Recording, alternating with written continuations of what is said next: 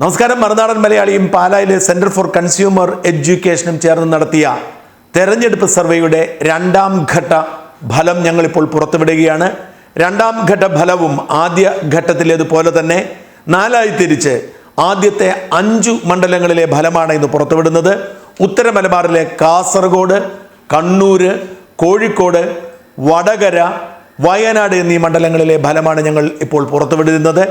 ഒന്നാം ഘട്ടത്തിൽ ഇവിടെ 5-ൽ 4 LDFും 1 മണ്ഡലം UDFുമാണ് നേടിയതെങ്കിൽ രണ്ടാം ഘട്ടത്തിൽ 5-ൽ 3 UDFും 2 LDFും നേടുന്ന സൂചനയാണ് പുറത്തു വന്നിരിക്കുന്നത്. ഇതിലേറ്റവും ശ്രദ്ധേയമായ കാര്യം UDFിൻ്റെ 1 മണ്ഡലത്തിലും LDFിൻ്റെ 2 മണ്ഡലത്തിലും നേരിയ ഭൂരിപക്ഷം മാത്രമാണ് ഉള്ളത് എന്നാണ്. അതായത് UDFിന് അനുകൂലമായ ഒരു തരംഗം മുൻപോട്ട് വന്നാൽ 5 മണ്ഡലങ്ങളിലും ഒരു പക്ഷേ UDF വിജയിച്ചേക്കാം എന്നർത്ഥം. കാസർഗോഡ്, കോഴിക്കോട് എന്നീ 2 മണ്ഡലങ്ങളിലാണ് ഇപ്പോൾ LDFിന് മുൻതൂക്കമുള്ളത്. വടകര, കണ്ണൂർ, വയനാട് ഈ 3 മണ്ഡലങ്ങളിലും UDFിനാണ് മുൻതൂക്കം. വടകരയിൽ UDFിന് നേരിയ മുൻതൂക്കമാണ്. അതുപോലെ തന്നെയാണ് കാസർഗോഡും കോഴിക്കോടും LDFിൻ്റെ മുൻതൂക്കവും. ഏറ്റവും ശ്രദ്ധേയമായ കാര്യം വയനാട്ടിൽ മഹാഭൂരിപക്ഷം വോട്ടുകളോടും കൂടി രാഹുൽ ഗാന്ധി വിജയിക്കും എന്നതും കണ്ണൂരിൽ വലിയ മുൻതൂക്കത്തോടുകൂടി LDF സ്ഥാനാർത്ഥിയെ തോൽപ്പിച്ച് UDF സ്ഥാനാർത്ഥി ജയിക്കും എന്നതാണ്. ഈ 5 മണ്ഡലങ്ങളിലെ വിശദാംശങ്ങളിലേക്ക് കടക്കുന്നതിന് മുൻപ് ഒരു കാര്യം സൂചിപ്പിക്കട്ടെ.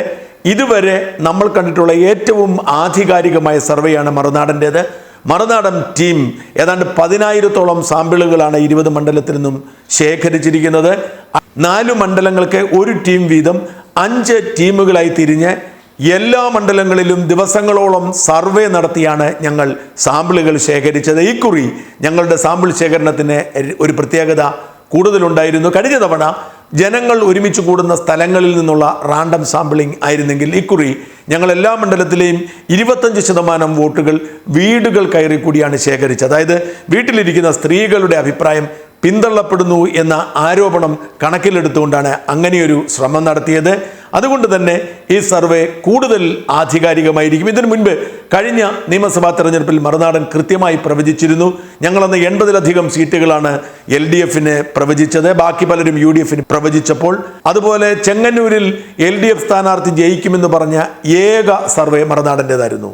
കാസർഗോഡ് 39% പിന്തുണ LDFിന് ലഭിക്കുമ്പോൾ 37% പിന്തുണ UDFിനുണ്ട്. 20% പിന്തുണയാണ് NDA സ്ഥാനാർത്ഥിക്കുള്ളത്.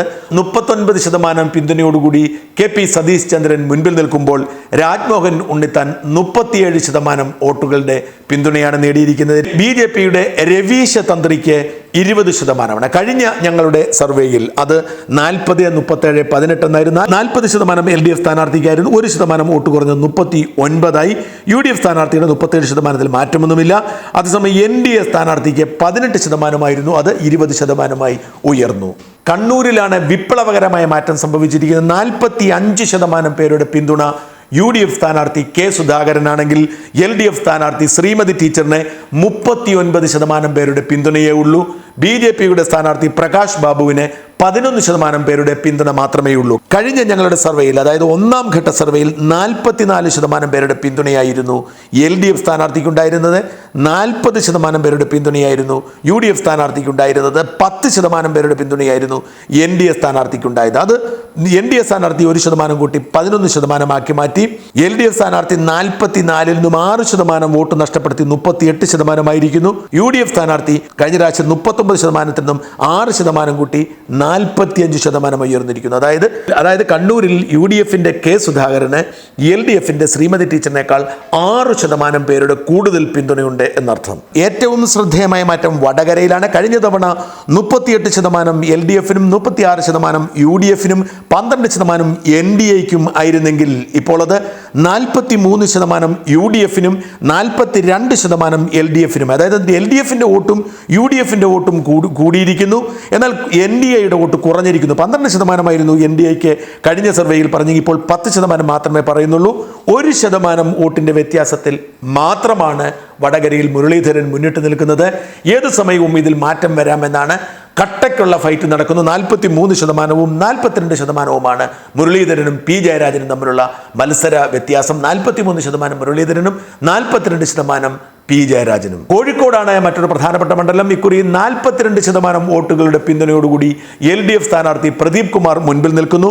40% വോട്ടുകളുടെ പിന്തുണയോടുകൂടി തൊട്ട് പിന്നാലെ UDF സ്ഥാനാർത്ഥി MK രാഘവനുണ്ട്. തീർച്ചയായും ഈ സർവേ ഞങ്ങൾ എടുത്തത് കോഴ വിവാദത്തിന്റെ പശ്ചാത്തലത്തിൽ തന്നെയാണ്. കോഴ വിവാദം ആളുകളെ സ്വാധീനിച്ചിട്ടുണ്ട് എന്ന് വ്യക്തമാണ്. 14% NDAയുടെ സ്ഥാനാർത്ഥി പ്രകാശ് ബാബുവിനുള്ളത്. കഴിഞ്ഞ ഞങ്ങളുടെ ഒന്നാം ഘട്ട തെരഞ്ഞെടുപ്പിൽ അത് 41% LDFനും 39% UDFനുമായിരുന്നു. UDFന്റെ 1% കൂടിയപ്പോൾ 1% LDFന്റെയും കൂടി. അതായത് ഏകദേശം കഴിഞ്ഞ തവണത്തെ പോലെ തന്നെ നിൽക്കുന്നു. 41-39 എന്ന ശതമാനത്തിൽ. വയനാട് കഴിഞ്ഞ തവണയും UDF സ്ഥാനാർത്ഥിക്കായിരുന്നു മുൻതൂക്കം. വലിയ മുൻതൂക്കം ഉണ്ടായിരുന്നു. 48%-വും 36%. UDFന് 48%-വും LDFന് 36%-വുമായിരുന്നു കഴിഞ്ഞ തവണ. ഇക്കുറി രാഹുൽ ഗാന്ധി സ്ഥാനാർത്ഥിയായതിനു ശേഷം നടന്ന സർവേയിൽ UDFന്റെ വോട്ട് ബാങ്ക് 56% ഉയർന്നിരിക്കുന്നു. LDFന്റേത് 34% കുറഞ്ഞിരിക്കുന്നു. NDAക്ക് 6% നിലനിൽക്കുന്നു. കഴിഞ്ഞ തവണയും 6%, ഇക്കുറിയും 6%. തുഷാർ വെള്ളാപ്പള്ളി വന്നതുകൊണ്ട് ഒരു മാറ്റവും വന്നിട്ടില്ല. അതേസമയം LDFന്റെ വോട്ട് വലിയ തോതിൽ UDFിലേക്ക് പോയിരിക്കുന്നു. 56-34, അത് 48-36 ആയിരുന്നു. എന്തായാലും മറുനാടൻ മലയാളിയുടെ രണ്ടാം ഘട്ട ഫീൽഡ് സർവേയുടെ ഒന്നാം ഘട്ട ഫലം പുറത്തു വരുമ്പോൾ 3 UDFും 2 LDFുമാണ്. കഴിഞ്ഞ തവണ 5 LDFും 1 UDFുമായിരുന്നു.